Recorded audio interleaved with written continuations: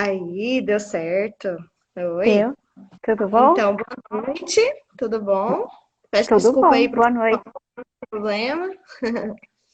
Então, pessoal, essa live hoje é uma live voluntária, do Desafio Voluntário, que é um projeto do Instituto Votorantim, que apoia ações voluntárias que visam um bem maior para as pessoas que mais necessitam, é, dando mobilização social para as pessoas e ajudando como a gente puder. Enfim, esse ano, devido à pandemia do Covid-19, a gente vai estar realizando as ações de forma remota. Como que a gente pode participar dessas ações? A gente pode participar da forma como Doe Tempo, que hoje a nossa live ela está sendo para doar tempo, né? A gente está realizando uma live de forma remota e também a gente pode estar participando, multiplicando talentos. Se tiver alguém aí que está ouvindo a gente que sabe fazer alguma coisa legal, que quiser participar do desafio voluntário, pode falar comigo, que a gente realiza vídeos, lives, e também pode estar apoiando uma causa, que é doando alimentos e roupas, agasalhos, enfim.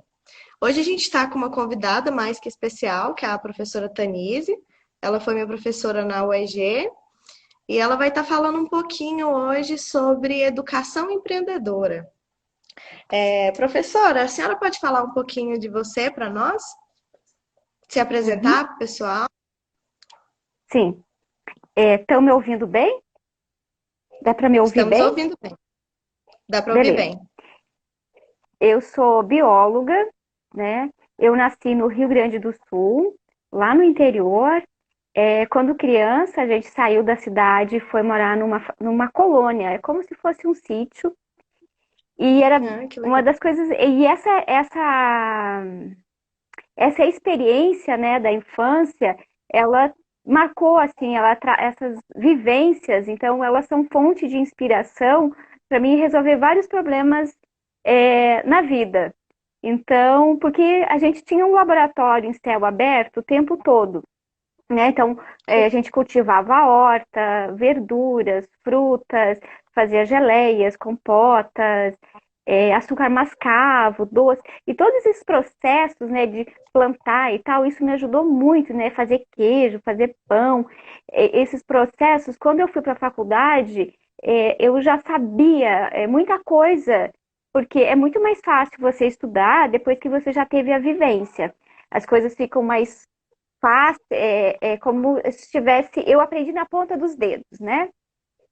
Uhum. E quando continuei estudando, então eu fiz o mestrado, o doutorado e também depois disso eu tive uma experiência que me marcou muito, que foi trabalhar num assentamento em Flores de Goiás, aqui em Goiás. Porque meus pais se mudaram para cá. Eles vieram para Goiás quando eu ainda estava na graduação, em 98. Então, há muitos anos. Então, e 10 anos depois, em 2008, eu fui trabalhar no assentamento. E eu vi assim Hum, que eu comecei a levar atividades práticas para os estudantes, porque muitos deles, eles já eram quase adolescentes, já estavam com 14, 15 anos, né, o nono ano do ensino fundamental, e eles estavam muito desmotivados, porque eles não viam possibilidade de desenvolver lá naquele assentamento, porque eles não viam os recursos. E eu vi o entendi. seguinte, comecei a fazer algumas atividades e essa experiência me chamou muita atenção. Eu disse, eu tenho que voltar para a universidade. Eu comecei a trabalhar, trabalhei na UEG, meu primeiro trabalho foi lá em 2009, lá na UEG de Iporá. E aí, desde então, tenho trabalhado com projetos de extensão na área de empreendedorismo, né? Trazendo a ciência para a tenra idade, né? Desenvolver protocolo, ações, para trazer essas ações para, para os jovens, né? Para as crianças desde cedo. Que Então, essa interessante. é a minha trajetória. Ah, e como é que eu vim parar aqui? Em 2015, eu tinha terminado o meu pós-doc em ensino de ciências. E, Hum. e a minha família mora aqui, e aí eu tinha que um dilema familiar, e eu pensei, não, para mim é mais fácil eu mudar do que a minha mãe, a minha irmã e os meus parentes. Então eu vim para cá e tive a sorte, a grande sorte de ser contratada em 2017 pela UEG, porque ou eu ia trabalhar em Uruaçu ou em Goiânia, né? Quando eu consegui o trabalho aqui na UEG, eu fiquei muito feliz. E aí também já comecei a trabalhar com o ensino de ciências, o projeto Ciência e Tecnologia no Cotidiano, projeto de extensão. A gente realizou atividade em 2008 e 2019. E é Na isso. verdade, a UEG que teve sorte de ter a senhora, né? Então foi mútuo. É. Professora, quando a gente fala sobre educação empreendedora, o que que a senhora entende sobre educação empreendedora? O que que a senhora pode passar para a gente sobre educação empreendedora? Esse é o empreendedor é aquela pessoa de ação, né? Que coloca a mão na massa e faz. Então, ó, a Sim. finalidade do conhecimento, do saber, né, é a ação. A gente não sabe só por saber, né? Então, um amigo meu, muito inteligente, engenheiro, ele me disse assim, porque teve uma época que eu não conseguia mais aprender. E ele disse, Tanise, a gente tem uma etapa que a gente aprende, depois a gente aplica, forma um platô. Quando esse platô, a gente aplicou o conhecimento, a gente está pronto para adquirir novos conhecimentos. Aí sobe. É uma escada. A gente tem que respeitar esses degraus. Então, eu tenho conhecimento, né? E agora a minha ideia é ser minha própria professora e conseguir realizar isso, conseguir colocar essas ideias em ação. Então, eu estou fazendo bem pequenininho. Então, a gente aprende com o erro, mas é muito diferente a gente errar com um erro grande, né? Ou com um erro pequeno. Por exemplo, se eu pulo de uma altura de 1 metro, tranquilo, é um erro que eu não vai acontecer muita coisa comigo, eu só vou aprender que ali tem um desnível. Mas se eu Sim. pular de uma altura de 10 metros, aí as Sim. consequências serão muito mais graves. Então, nessa ação empreendedora, eu fui lá eu vou falar agora das frutas desidratadas que eu estou empreendendo, né? Então, eu criei aqui um projeto, olha aqui, já tem, deixa eu ver quantas páginas. Tem 86 páginas. Eu fiz um estudo direitinho de como fazer o financiamento de uma fábrica de médio porte, né? Conseguir financiamento Fez. no banco, falei com os gerentes do banco, vi tudo que eu precisava para financiar e fazer já começar grande.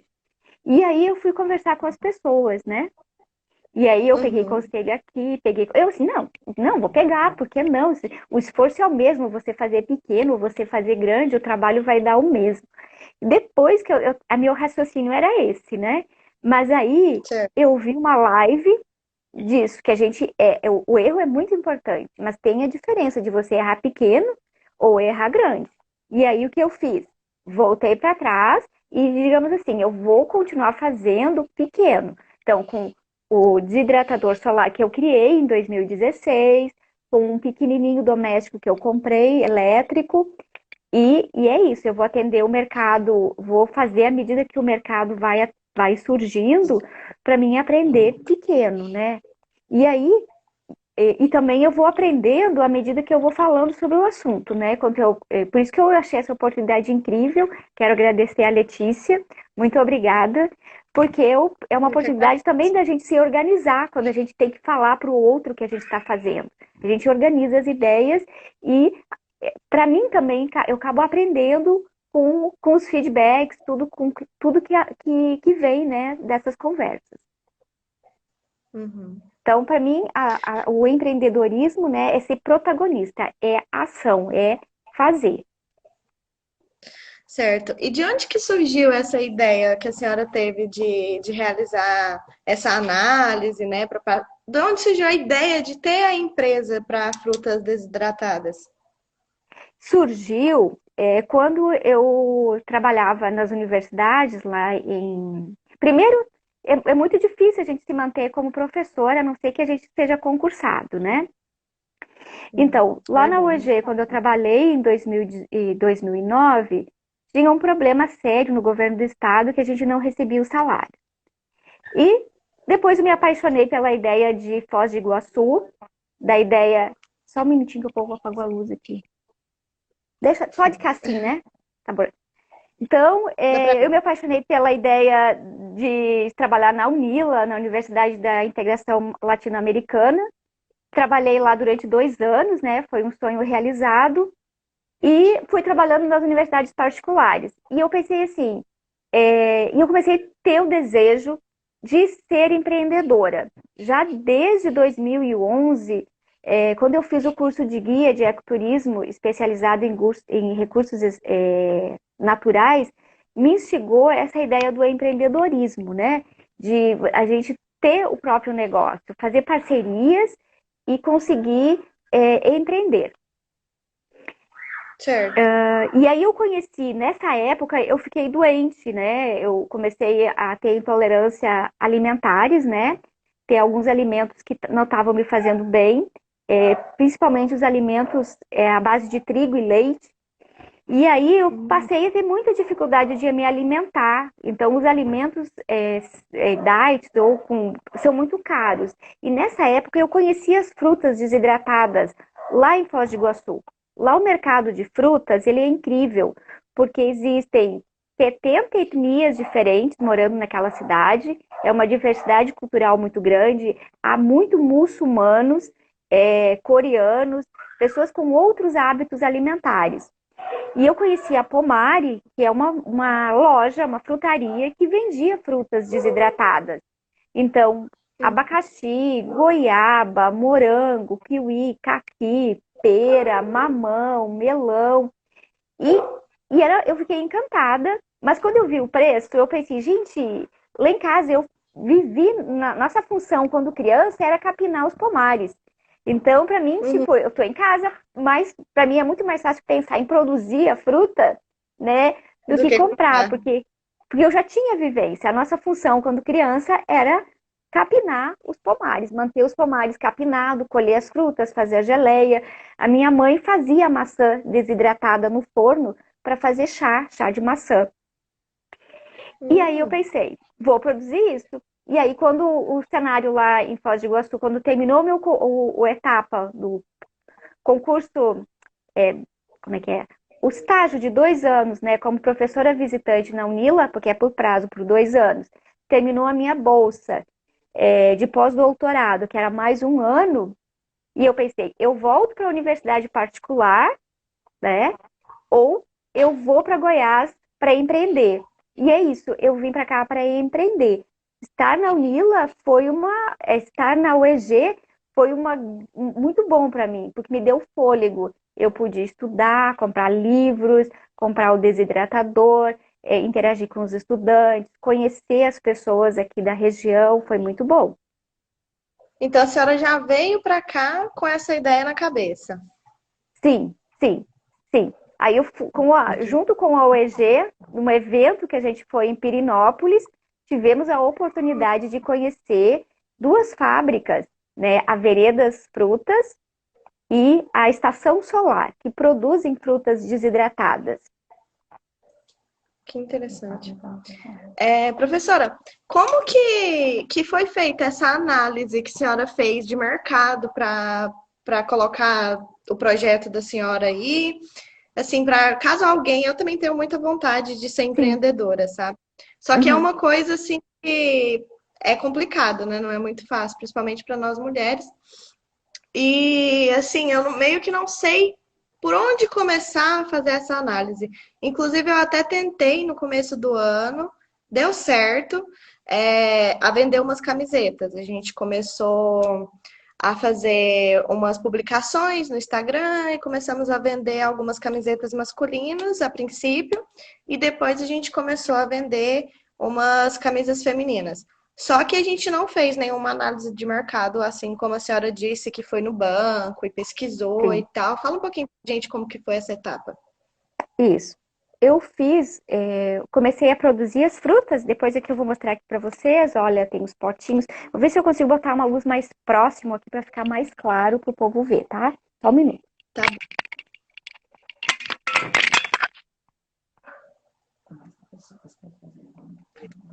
É muito interessante, né, pessoal, ver uma mulher empreendedora assim, né? A Thaís até comentou ali que é lindo de ver histórias de mulheres empreendedoras.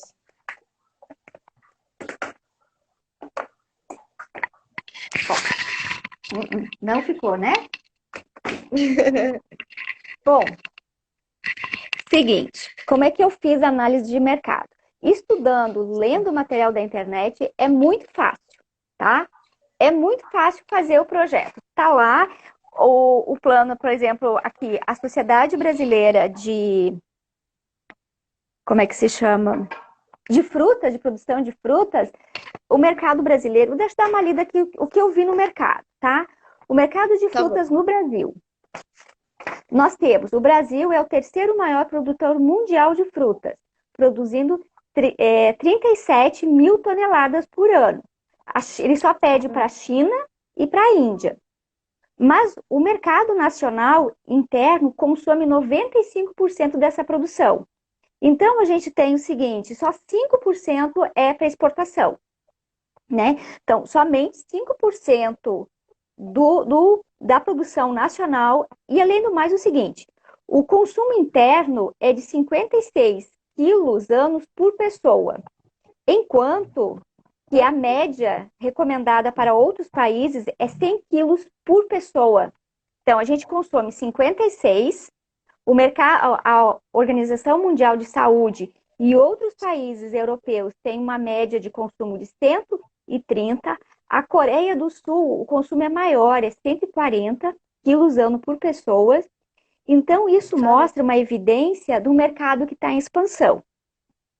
E, além disso, no setor agrícola, o setor de produção de frutas é o que mais gera empregos formais. Porque a gente sabe que na área agrícola existem muitos empregos, mas são informais e temporários, né? Então a pessoa trabalha, ela fica, não tem estabilidade.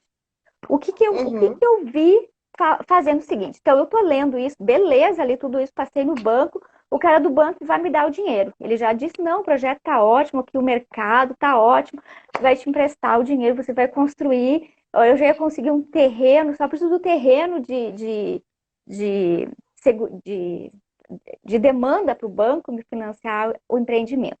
Aí eu comecei a vender, né? Vamos vender para ver o que que acontece. Aí eu comecei a dar uma olhada. Nós não temos o hábito aqui no Brasil de comprar frutas. E é um produto agregado, o valor dele é mais caro do que a fruta in natura. E ela precisa ser mais cara porque ela tem mão de obra. Então, a gente leva 2 dias trabalhando, processando, embalando. Então, tem frutas assim que o peso in natura, você tem 1 quilo de abacaxi, no final você vai te render 100 gramas, 10 quilos de abacaxi, no final vai render 1 quilo de abacaxi, né? E todo o trabalho de processar energia elétrica no, como é que se chama? Na época da chuva, que tem muita fruta, não tem sol, então precisa usar energia elétrica. Então, o custo de energia subiu bastante aqui em casa. E o que eu fiz? Então, eu vi que o mercado consumidor ainda não está habituado aqui no Brasil com o consumo de frutas. Entre um potinho de frutas, as pessoas vão comprar, mais fácil, é mais tradicional, comprar 1 quilo de biscoito pelo mesmo preço. E a fruta, ela tem uma grande saciedade, então a gente come pouco e esquece. Como ela sacia, ela tem fibras e tal, então não é uma coisa que a gente vai lembrar de comprar, como outros alimentos que criam que a gente lembra mais. Então eu vejo que com a fruta a gente esquece, que não lembra de comer uma fruta, principalmente desidratada. E quando desidrata a fruta, professora, ela não perde as propriedades? Um pouquinho só, mas não muito, não é significativo. Há sempre uma perda, né, de vitaminas, né, mas é muito pouco, sabe? Eu acho que em torno de 5%, não é uma perda significativa. Os carboidratos, as proteínas, não, e as fibras, né, porque é rica em fibra, é 100% preservado. Isso se preserva. O que perde é um pouco de algumas, ou cor ou sabor. Com o tempo ela perde também, mas não qualidade nutricional. Ela tem Entendi. durabilidade de 1 ano. Nossa, bastante, hein? Sim, Professora, e enfim, a senhora foi lá no banco e conseguiu o financiamento para abrir a empresa? assim, eu parei nessa etapa, assim, eu fiquei assim, eles me deram, como é que se digamos assim, a, uma, possibilidades positivas, sim, de conseguir o financiamento, né? Certo. Possibilidades positivas, sim, de conseguir o financiamento para montar a fábrica, tá? Dentro Uhum. do plano de estudos que eu tenho feito e da análise de mercado. Certo. Mas eu preciso conhecer mais o mercado. E por isso que eu estou produzindo em pequena escala, né? E o ideal seria eu produzir, se eu conseguisse uma parceria com alguém que já tem uma cozinha comercial, para produzir numa Uhum. escala um pouquinho maior, para colocar no mercado de Brasília e de Goiânia. Porque Entendo. aí, entende? Porque Uhum. para a gente colocar no mercado maior, precisa da fiscalização da Anvisa. Se eu quiser colocar na rede de supermercado, lanchonetes, Uhum. produção caseira doméstica, eu só posso vender em feiras, né? Ou diretamente Entendo. para o cliente, tá? Se eu Certo. quiser comercializar numa escala um pouquinho maior, nessa escala pequena que eu estou fazendo, não pago os custos de produção, tá? É, a não ser que a pessoa tenha a própria fruta em casa. Então, para os pequenos agricultores familiares, pode ser uma alternativa interessante para aumentar a renda, porque já estão Uhum. produzindo e é o excedente da lavoura que não vai ser vendido, pode ser beneficiado e entrar no mercado com maior valor agregado, né? Agora, se eu Entendo. compro a fruta, eu preciso, se eu tenho um mercado, uma clientela, os clientes eles exigem da gente uma entrega constante, né? Então também tem isso. Eu vou me comprometer, eu tenho que entregar toda semana, por exemplo, 50 quilos de abacaxi.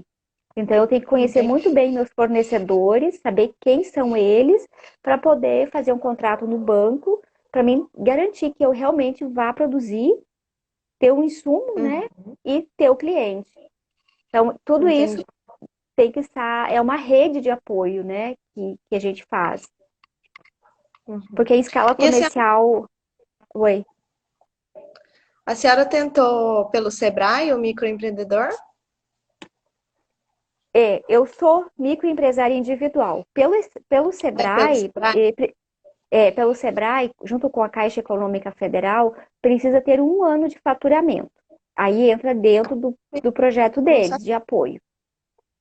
Entendi. Interessante. Professora, como que funciona o processo das frutas? A senhora falou que que as frutas que utiliza, às vezes, é umas que não vai para o mercado, né, para vender, no caso do produtor rural. Então, como que funciona esse processo para Tá, desidratar, desde a seleção das frutas até o produto final? isso. A fruta, ela pode ser pequena, mas ela tem que estar de excelente qualidade. A fruta não pode estar batida, com algum tipo de lesão. A fruta tem que estar bem saudável e bem madura. Não pode estar nem passada de madura e nem verde, tá? Então ela tem que estar assim, no ponto ideal do maturamento. Então, essa fruta que está muito madura, ela não pode ser levada para o mercado, porque ela já perdeu, né? Ela tem que ir mais verde.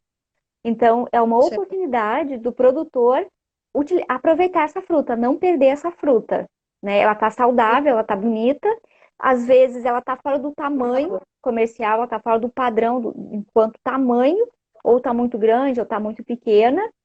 Com o processo de desidratação, isso não, como é que é? A fruta é cortada, picada, então não importa o tamanho da fruta. Então, por isso que é uma Uhum. oportunidade de aproveitar essas frutas que podiam se perder, né?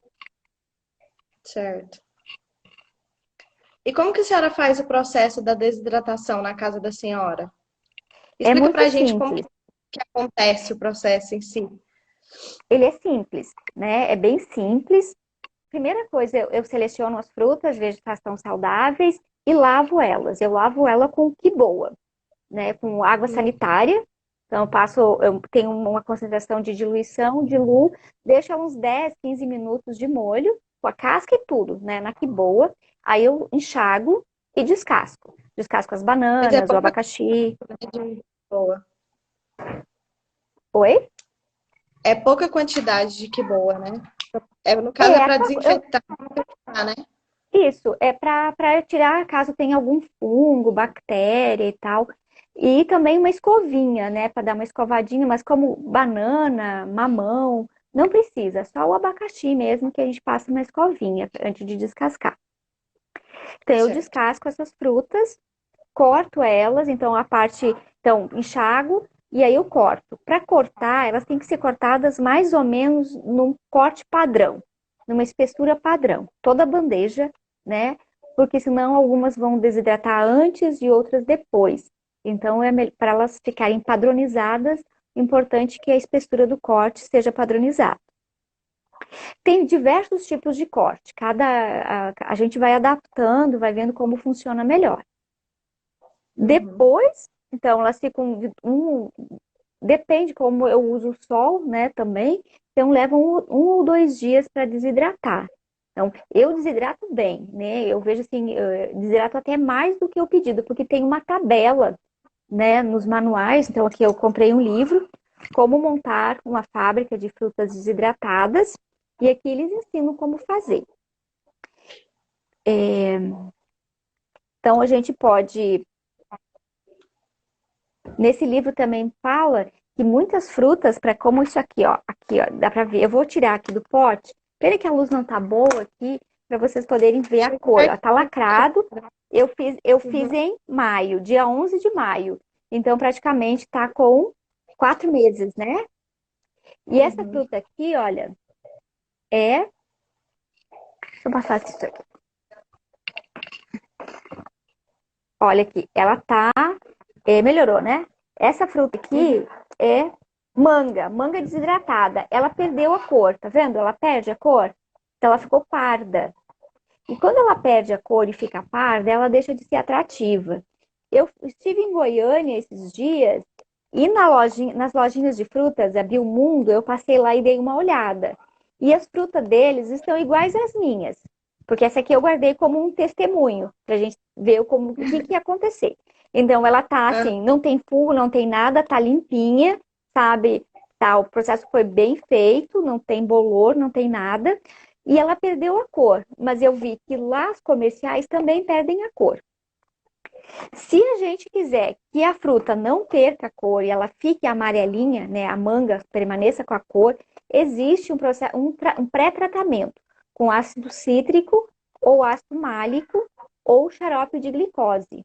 Mas aí altera a fruta, ela já não é só fruta. Aí tem que estar na embalagem que essa fruta desidratada passou por tratamento. Então, essa importância de transparência com o cliente é muito importante, porque os clientes são muito exigentes. Então, a gente precisa estar no rótulo, especificado tudo o que precisa para esse cliente saber exatamente o que ele está consumindo, né? uhum. E, como eu faço na cozinha lá de casa e a minha mãe, de vez em quando, faz comida com trigo, eu não posso colocar no rótulo gluten free, porque pode ter contaminação. Então, o ideal seria uma cozinha só para isso, para que realmente, daí sim, pode estar lá livre de glúten, livre de lactose, tudo isso que esses clientes, que são os clientes que consomem esse tipo de produto, eles vão olhar para isso. Isso que vai fazer eles comprar ou não comprar. Entendi. A senhora estava explicando o processo, que depois do corte, que a senhora tem que cortar, né, de um Sim. tamanho igual, mais ou menos, e após. Ai, assim, a gente pesa a bandeja toda, se pesa, vê a quantidade de quilos e pesa com o processo para ver se realmente atingiu o peso final. Já existe um padrão de quanto água a fruta precisa perder, né? Então, se eu pesei 100 gramas de bandeja, lá no final eu tenho que pesar, por exemplo, 15 gramas. Então, aqui cheguei no meu ponto máximo de desidratação. E o pessoal fala assim, inclusive no livro, que a gente vai aprendendo o ponto ao olho, aprendendo a textura da fruta. Então, a gente já sabe quando a fruta está no seu máximo de desidratação. Aqui, tá vendo que tá vermelhinho? Isso aqui olha, tá, assim fica melhor, ó. Isso aqui é melancia, eu Aham. acabei de fazer, eu fiz ontem, tá? Então, Nossa, ela até melancia. acabou, melancia, ela fica muito deliciosa, sabe, ó. Então, ela aqui, ó, essa aqui é a melancia. Ó, ela tá assim, ó, fica Nossa. sequinha, ó, ela fica sequinha, tá vendo que quebrou aqui, ó, né, bem fininha, e ela fica macia. Quanto mais doce é a fruta, mais macio fica, né? Então, a melancia eu não conhecia, desidratada, e ela ficou bem macia. Então, e fica bem docinha. O sabor se acentua, ela fica mais acentuado, porque o doce fica mais concentrado. E muda um Aham. pouquinho o sabor. É, que delícia. Quero experimentar. Ah, E a sim, depois, tá? senhora. Aí depois que daí o processo. Aí eu embalo, né? O processo de embalagem. Essa embalagem aqui também não é a ideal, esse pote aqui, tá? Existe um outro pote sanfonado, que é um saco sanfonado, com aquele zíper, que é o ideal. Que daí não fica com nada de ar dentro da embalagem. Aham. E aí, a próxima etapa é botar a etiqueta e botar a data de fabricação e a data de validade. E aí sim, divulgar para comercialização, né? Aí vai essa é a etapa da comercialização. Entendi. E a desidratação em si, a senhora falou no começo que quando é época de chuva, a senhora tem que usar a energia elétrica. Mas agora Sim. que tá calor mesmo, a senhora coloca para desidratar no sol? É isso? Olha, sim, no sol, sim, no sol. Existe uma diferença do nome técnico. Quando a fruta seca no sol, é chamada de fruta seca. Quando ela seca no desidratador, é fruta desidratada. Mas é, não faz muita diferença, né? Entendi. Aí a senhora, o desidratador um equipamento? Como Sim, se fosse uma estufa eu que esquenta? Sim, eu tenho aqui, eu fiz um vídeo lá, e tá lá no canal do YouTube, mostrando o desidratador solar que eu fiz. Tem todas as especificações, eu explico ele, eu mostro como eu fiz, o que funciona, o que não deu certo, né? Porque foi um ensaio. Hoje eu faria um pouquinho diferente, né? Mas tá lá no vídeo. Aí, para quem tiver interesse, a gente pode estar divulgando como é que faz? Lá no canal do YouTube, procurem por girafa carotena, tá? Lá vão estar os vídeos que eu fiz e um deles é girafa carotena desidratador solar. Beleza. Vou dar uma olhada depois. Professora, como que é o nome da empresa da senhora de frutas desidratadas? Essa aqui é teoria das cores, porque mistura um Teoria- pouco de educação e um pouco eu não tenho como tirar de mim a veia professora, né? Tirar esse. Então, eu coloquei teoria das cores, porque cores são flores e teoria é o conhecimento, né? Que vai junto. Não tem como Muito não. interessante. Soltei o negócio aqui sem querer. É, Uhum. professora, me fala mais um pouquinho sobre onde que a senhora está vendendo. Eu vi, eu acho que, se eu não me engano, no Instagram, que a senhora estava já comercializando as suas frutas. A senhora colocou ela disponível em alguma loja aqui na cidade? Ou a senhora só Sim, vende sim. assim, encomenda? Ou por algum conhecido, ou algo assim? Não, as pessoas que estão comprando eu não as conheço, são clientes novas, são pessoas. Eu fico super feliz porque são elas que estão fazendo esse negócio girar, né? Porque só faz sentido você ter uma empresa se tem consumidores. Se não tiver consumidores, né? O que a gente viu? Quem compra da gente é a loja lá no centro, na frente da Cacau Show, Mais Nutri. É aquela empresa, aquela loja de produtos de ginástica, né? De suplementação alimentar. Então, eu forneço para ela, então ela é a minha primeira cliente. E eu também tenho clientes que ligam, que aí eu vou e entrego em casa, faço a pronta entrega. Entendi. Que interessante. Uhum. E É, e as também frutas? a gente tentou vender no mercado municipal lá em Goiânia. Mas como reduziu muito a questão das academias, das universidades e o, antes da pandemia, a gente já tinha grupos de clientes lá dentro do mercado municipal de Goiânia e de Anápolis. Mas depois disso a gente não conseguiu seguir, porque também eles precisam do rótulo, do endereço da Anvisa, dizendo que a gente está produzindo dentro dos padrões, dentro das especificações da Anvisa.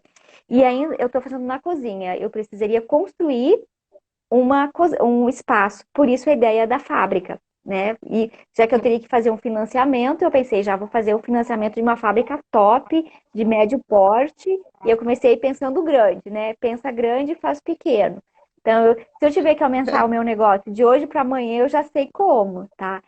Mas agora eu acho que o mercado mesmo vai normalizar só o ano que vem. Porque as pessoas que consomem frutas estão em casa. E em casa elas vão na geladeira, descascam a sua fruta, né? E se alimentam. Elas não estão no trânsito, elas não estão saindo tipo às 7 da manhã, trabalhando o dia todo, passando na academia, indo para a universidade e voltando para casa às 11 da noite. Então, mais ou menos são esses os nossos clientes. São aquelas pessoas Uhum. que querem comer frutas com a mesma praticidade de comer uma bala ou um biscoito. Então, elas podem comer no trânsito, na sala de aula. E como todo esse mercado está parado, né? Então, eu achei bom é, observar e ver o que acontece, né? Não fazer um empréstimo agora, tanto que eu vi que o material de construção subiu muito, um tijolo está custando R$ 1. Então, deu um salto gigante no valor do custo da construção. Então, isso a gente também tem que ficar observando o cenário, né? Eu não tenho pressa, mas não perco tempo, né? Sem pressa e sem perder tempo, né? Então, essa é a questão da gente ficar tranquilo. Muito inspirador sua história, viu, professora? Uhum. Então é isso, né? Queria agradecer a senhora por disponibilizar tempo. Então, as pessoas que quiserem adquirir os produtos da senhora, procura a loja Nutrimais, né? Lá no centro. Isso, sim. Ou pode chamar a Ou senhora no direct do Instagram também, né? pode também no Facebook também. Isso. Uhum. Certo. Tem uma Uhum. pergunta aqui de uma colega nossa, a Milka, que é qual a média de durabilidade de uma fruta desidratada? Pode responder para ela, professora? É um ano. É um ano. Um ano. Segundo, um ano. Isso. O ideal, o que a gente faz? Ela tem possibilidade de durar um ano. Mas ela é muito mais atrativa, ela vai perdendo cor e vai perdendo sabor. Se muda a cor, altera o sabor. Então, o ideal das frutas para o mercado se manter atrativo é consumir logo, né? Entre 2, 3 meses, a fruta não passar desse tempo. Então, por isso que a gente faz pouco para que não tenha estoque, né? A pessoa compra e já consome, tá? Porque aí ela fica mais atrativa e a gente não precisa usar aqueles pré-tratamentos químicos. Então, a fruta fica 100% natural. Muito legal. Ela teve uma outra pergunta que pode conservar na geladeira as frutas? Não precisa estar na geladeira. Elas não, porque elas são secas, né? Elas podem ficar fora da geladeira. Essa é a grande praticidade das frutas. Então, eu posso esquecer um pote de banana no carro, né? Ou dentro da minha bolsa, que daqui uma semana ela vai estar tão saudável quanto hoje.